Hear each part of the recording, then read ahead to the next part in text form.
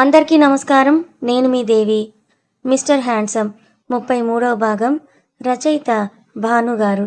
College time అయింది కదా, వెళ్ళావా? వెళ్తాను, మీకు కాల్ చేసి వెళ్దామని చేశాను. సరే, జాగ్రత్తగా వెళ్ళు బంగారం. బాయ్. బాయ్ అని కాల్ కట్ చేసి చక్రవర్తిని పడుకోబెట్టి రోజీని జాగ్రత్తగా చూసుకోమని జాగ్రత్తలు చెప్పి వీళ్ళు కాలేజ్కి వెళ్తారు. ఏంటే జైసర్ మీద అలా చెడామడా అరిచేశావు అంటుంది శాలిని. ఏదో సరదాగా లేవే బాబు, ఆ మాత్రం చెప్పకపోతే ఆయన తినరు. నేను చూసేదాన్ని కదా, అక్కడ ఉన్నంతసేపు వర్క్ మీదే ధ్యాస ఉంటుంది, ఫుడ్ గురించి అస్సలు ఆలోచించరు. అందుకే కొంచెం గట్టిగా చెప్పానంతే అని కాలేజ్ రావడంతో కార్ దిగి లోపలికి వెళ్తారు. మైథిలి శాలినితో మాట్లాడుతూ క్లాస్కి వెళ్తుంది. విజ్జు వేరే డిపార్ట్మెంట్ కావడంతో తన క్లాస్కి వెళ్తాడు. మైథిలి శాలిని క్లాస్కి వెళ్ళి వాళ్ళ ప్లేస్లో కూర్చొని మిగతా వాళ్ళతో మాట్లాడుతుంటే హాయ్ అంటూ మైథిలి ముందు నిలబడతాడు విశాల్. మైథిలి అయోమయంగా చూస్తూ హాయ్ అని చిన్నగా చెప్తుంది. నేను లేట్‌గా జాయిన్ అయ్యాను. ఇక్కడ నోట్స్ అడిగితే ఎవరు రాయడం లేదు అంటున్నారు. మీరు రాస్తారంట కదా, కొంచెం ఇస్తారా? ఓహ్! ఓకే అని మైత్రి నోట్స్ తీసి విశాల్‌కిస్తుంది.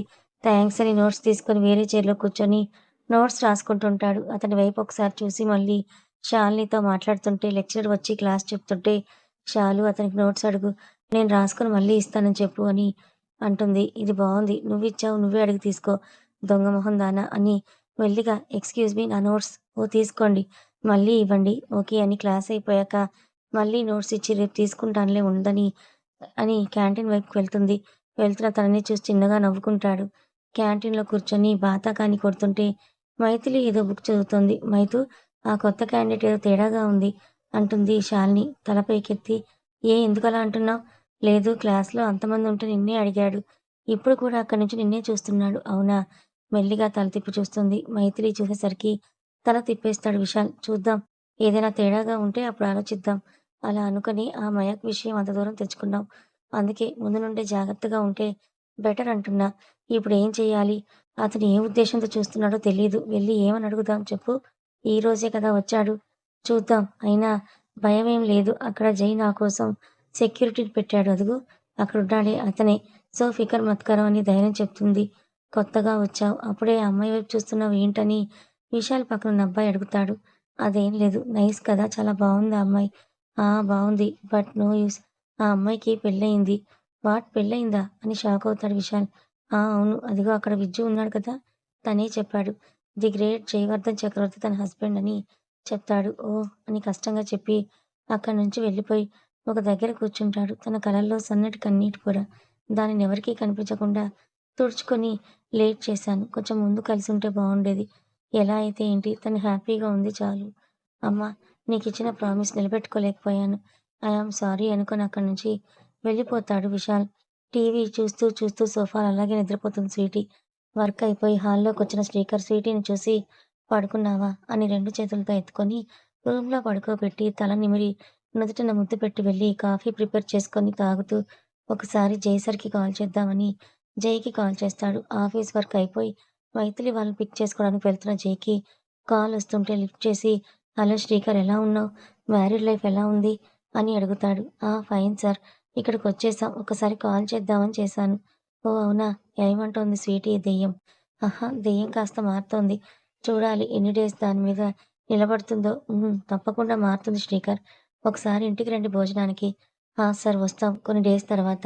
అలా అని కొద్దిసేపు మాట్లాడుకొని కాల్ కట్ చేస్తాడు. స్వీటీకి మెలుకువ వచ్చి ఇదేంటి, నేను హాల్‌లో పడుకున్నా కదా, ఇక్కడికెలా వచ్చాననుకోగానే శ్రీకర్ గుర్తొస్తాడు. ఓహ్! నువ్వు తీసుకొచ్చి పడుకోబెట్టావా? థాంక్స్ అని నవ్వుకొని ఫ్రెష్ అయ్యి హాల్‌లో వెళ్తుంది. వెళ్ళి శ్రీకర్ పక్కన కూర్చోగానే కాఫీ కావాలా అని అడుగుతాడు. అని తలూపుతుంది. మిల్క్ కావాలంటుంది క్యూట్‌గా. అబ్బో! అని ఒక్కసారి స్వీటీ వైపు చూసి కిచెన్‌లోకి వెళ్ళి బూస్ట్ కల్పిస్తాడు.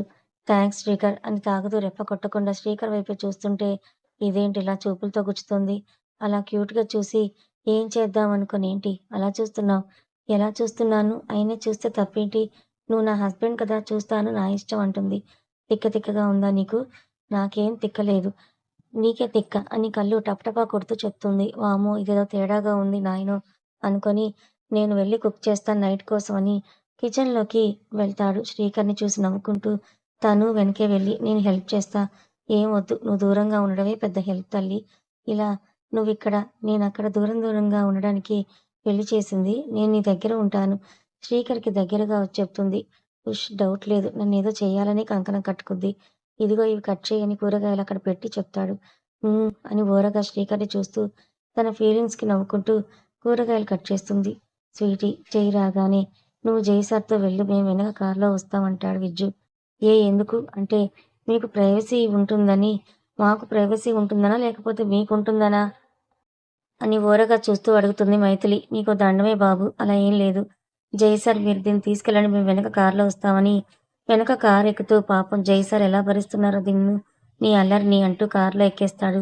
మైథిలికి దొరకకుండా రేయ్ నిన్ను వెళ్ళు వెళ్ళు ఇంటికి వెళ్ళాక చెప్తా నీ పని అనుకొని కారు ఎక్కుతుంది. మైథిలి చేతిలో ఒక వీడియో పెడతాడు. అది చూసి పడి పడి నవ్వుతుంది.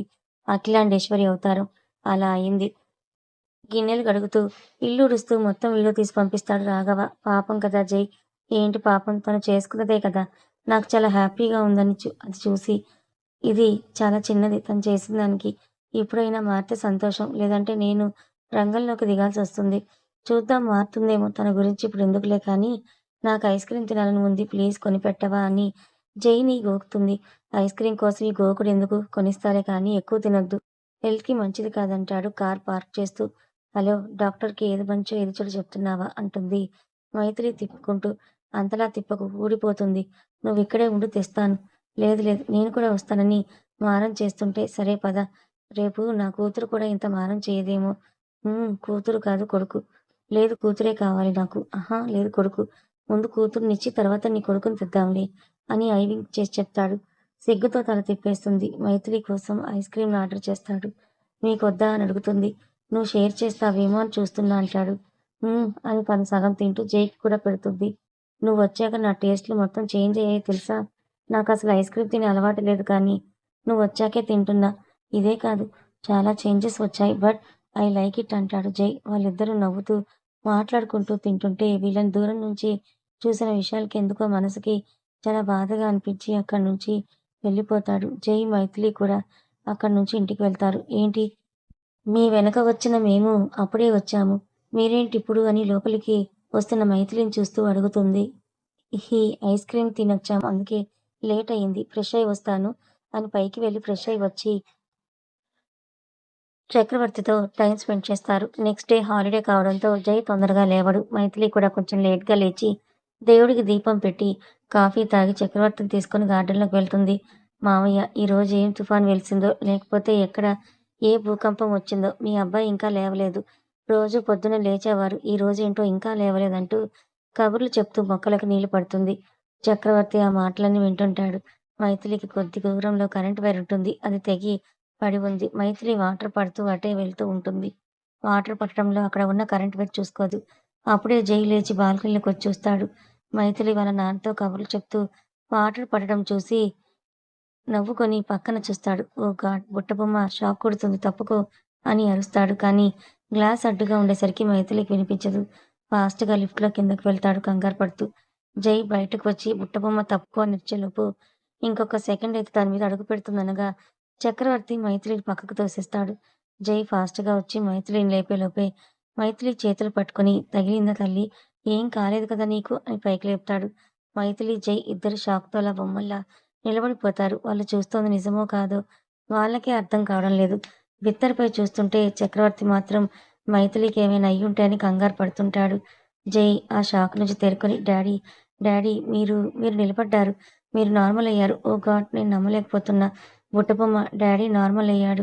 ఐ యామ్ సో హ్యాపీ అని వెళ్ళి వాళ్ళ నాన్నని హగ్ చేసుకుంటాడు. మైథిలి కూడా మావయ్య మీరు నిజంగానే నార్మల్ అయ్యారు. ఇదైతే మిరాకిలే. అసలు అసలు నమ్మలేకపోతున్నా. నా కళ్ళు చూస్తుంది నిజమేనా? కొడుకుని మనసారా గుండెలకు హత్తుకొని ఇన్నేళ్ల తర్వాత కొడుకు స్పర్శను ఫీలవుతుంటాడు. మాకు చాలా హ్యాపీగా ఉంది డాడీ. ఈ మూమెంట్ కోసం ఎంతలా వెయిట్ చేశామో తెలుసా? ఇకేం వద్దు. మీరు నార్మల్ అయ్యారు అంతే చాలు మాకు అని అంటాడు జై ఆనందంతో. కళ్ళ నుంచి నీళ్లు కారిపోతున్నాయి. కొడుకు వీణు నిమురుతూ ఊరుకో నాన్నా. నేనొచ్చేశాను కదా! చూడు నార్మల్ అయిపోయాను. చాలా హ్యాపీగా ఉంది. ఇన్నాళ్ళు నిన్ను చాలా మిస్ అయిపోయాను. నీకేమీ చేయలేకపోయాను. ఒక ఫాదర్‌గా నీకు చేయాల్సినవి చేయనందుకు బాధగా ఉంది. ఈ డాడీని క్షమిస్తావు కదూ! ప్లీజ్ డాడీ మీరలా మాట్లాడకండి. ఇందులో మీ తప్పేం లేదు. అయినా ఇప్పుడు మీరు నాతో ఉన్నారు అదే చాలు నాకు అని అంటాడు జై. మీ తండ్రి కొడుకులు నన్ను పట్టించుకోవడం లేదు. నేనొక దాన్ని ఇక్కడ ఉన్నానన్న విషయం కూడా పట్టించుకోకుండా మీ ఇద్దరే మాట్లాడేసుకుంటున్నారు. ఏ మావయ్య మీ అబ్బాయే కావాలా? మీకు ఈ కోడలొద్దా? మీరు నా పార్టీ ఉండాలని అలకగా చెప్పేసరికి తండ్రి కొడుకులిద్దరూ నవ్వుకుంటారు.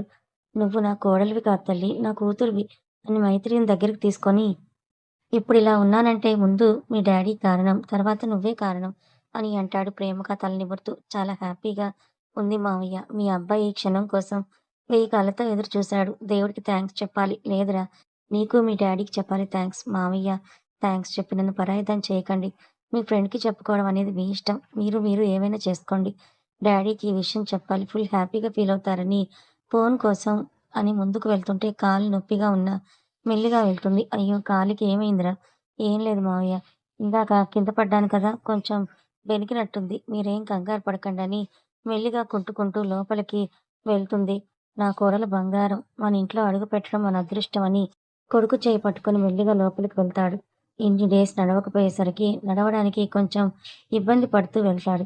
హాల్లోకి వెళ్ళగానే చక్రవర్తిని చూసి వెళ్ళి పిచ్చ షాకవుతారు. అంకుల్ మీరు నార్మల్ అయ్యారని వాళ్ళు కూడా తెగ సంబరపడిపోతూ ఉంటారు. మనవరాలతో ఆడుతున్న నవీన్ గారికి కూతురు నుంచి ఫోన్ రాగానే లిఫ్ట్ చేసి హలో తల్లి ఏం చేస్తున్నావు డాడీ అని గట్టిగా అరుస్తుంది. కూతురు అరుపులో ఏదో ఆనందం ఉందని అర్థమై ఏంటి నా తల్లి ఫుల్ హ్యాపీగా ఉన్నట్టుంది. ఏంటి విషయం ఏంటని చిన్నగా అడుగుతారేంటి డాడీ. వీడియో కాల్లో ఉండడంతో ఫోన్ చక్రవర్తి వైపు తిప్పుతుంది నవ్వుతూ. జైతో మాట్లాడుతున్న చక్రవర్తిని చూసి తన కళ్ళు నమ్మలేకపోతున్నాయి. ఏంటి మైథిలి నేను చూస్తుంది నిజమేనా? ఆ డాడీ నిజమే. మావయ్య మామూలయ్యారు. మాట్లాడుతున్నారు, నడుస్తున్నారని ఇందాక జరిగిన విషయమంతా చెప్తుంది. నీకు ప్రమాదం జరుగుతుందన్న భయం వాడిలో చలనం తీసుకొచ్చిందన్నమాట. ఏదైతే ఏంటి చాలా సంతోషంగా ఉంది. వాడికి ఈ ఫోన్ ఇవ్వు. ఆ! ఇస్తున్నా. మీ ఫ్రెండ్ ఏదో థాంక్స్‌లు చెప్పాలంట. అదేంటో మీరే అడగండి డాడీ అని చక్రవర్తికి ఫోనిచ్చి జై ఇంత హ్యాపీనెస్‌లో ఉన్నప్పుడు స్వీట్ లేకపోతే ఎలా? నేనెళ్ళి స్వీట్ చేస్తా. ఎక్కడికి ఏమొద్దు రోజే చేస్తుంది. నువ్వు కూర్చో. కాలు పెయిన్ పెట్టుకొని ఎక్కడికో వెళ్తుందంట అని చేపట్టి సోఫాలో కుదేస్తాడు. హలో చక్రి అసలు నమ్మలేకపోతున్నానురా. నాకు చాలా హ్యాపీగా ఉంది. నువ్వు కోలుకోవాలని ఎంత కోరుకున్నానో తెలుసా? ఫైనల్లీగా మామూలుగా అయ్యావు. ఎంత హ్యాపీగా ఉందో చెప్పలేకపోతున్నా. నాకు కూడా చాలా హ్యాపీగా ఉందిరా. ఇదంతా నీ వల్లే. చాలా థాంక్స్ రా. నీ రుణం ఎలా తీర్చుకోవాలి? నువ్వే కనుక లేకపోతే ఈరోజు ఇలా ఉండేవాడిని కాదు. నా కొడుకుని చూసేవాడిని కాదు. చాలా థాంక్స్ రా. ఓయ్! ఏంటి థాంక్స్‌లు? మన మధ్య థాంక్స్‌లు అవసరమా? నువ్వు కోలుకున్నావు. అది చాలు నాకు. నీ కొడుకుని చూసుకో. ఇన్నాళ్ళు జైని చాలా మిస్ అయ్యావు కదా! జై కూడా నీ ప్రేమని చాలా మిస్ అయ్యాడు. ఇక నుంచి మిస్ అయిన ఆ ప్రేమని జైకి పంచు. ఇదిగో మీ చెల్లి మాట్లాడుతుందట అని వాణి గారికి ఇస్తాడు. హలో అన్నయ్య.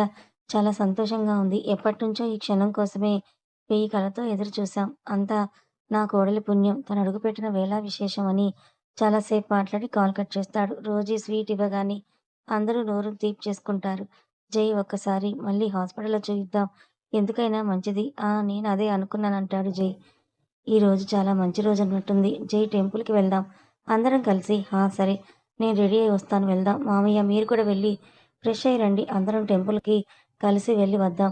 సరే తల్లి అని మెల్లిగా నడుచుకుంటూ వెళ్ళి ఫ్రెష్ అవుతాడు. కొద్దిసేపటికి అందరూ కలిసి టెంపుల్‌కి వెళ్తారు. ముందు తండ్రిని కూర్చోబెట్టుకొని వెళ్తుంటే జైకి చాలా హ్యాపీగా ఉంది. ఊహ తెలిసినప్పటి నుంచి ఇలాంటివన్నీ కూడా మిస్ అయిపోయాడు కదా!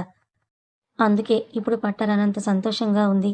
జైని చూసి మామయ్య మీ అబ్బాయి మొహం చూడండి వెలిగిపోతోంది అని ఆట పట్టిస్తుంది. కొడుకుని చూసి నవ్వుతూ వాడిది మాత్రమే కాదమ్మా! నీ మొహం కూడా వెలిగిపోతోంది తల్లి అని అంటారు. అలా మాట్లాడుతూ గుడికి వెళ్లి మనసారా దేవుడికి దర్శనం చేసుకొని అక్కడే కొద్దిసేపు కూర్చుంటారు. అసలు ఏం జరిగిందని అడగాలనున్నా ఇప్పుడు ఉన్న హ్యాపీనెస్ పాడు చేయడం ఎందుకులే అని సైలెంట్ అవుతుంది మైథిలి. ప్రసాదం పెడుతున్న మైథిలిని చూస్తూ నా కోసం మీ పెళ్లి కూడా వాయిదా వేశారు కదా! ఇప్పుడు నేను బావున్నాను కదా! ఇప్పుడు దగ్గరుండి మరి మీ పెళ్లి నేనే చేస్తాను. ఏదీ చేయలేకపోయాను. కనీసం మీ పెళ్లి నా చేతులతో చేస్తే నాకు తృప్తిగా ఉంటుంది అని అంటాడు చక్రవర్తి.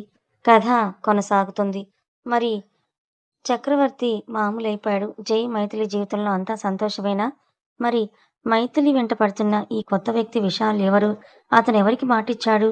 ఎందుకు మైథిలి వంక అలా చూస్తున్నాడు? నిజంగా అతను మంచివాడేనా? లేక ఇంకేదైనా ఉద్దేశంతో వచ్చాడా? మరోపక్క స్వీటీ నిజంగానే మారిపోయిందా? లేదా కావాలని నాటకం ఆడుతోందా? తెలుసుకోవాలనుకుంటే ఛానల్‌ని సబ్స్క్రైబ్ చేసుకొని ఫాలో అవ్వండి. కథ నచ్చితే లైక్ చేయండి. Thank you so much for watching.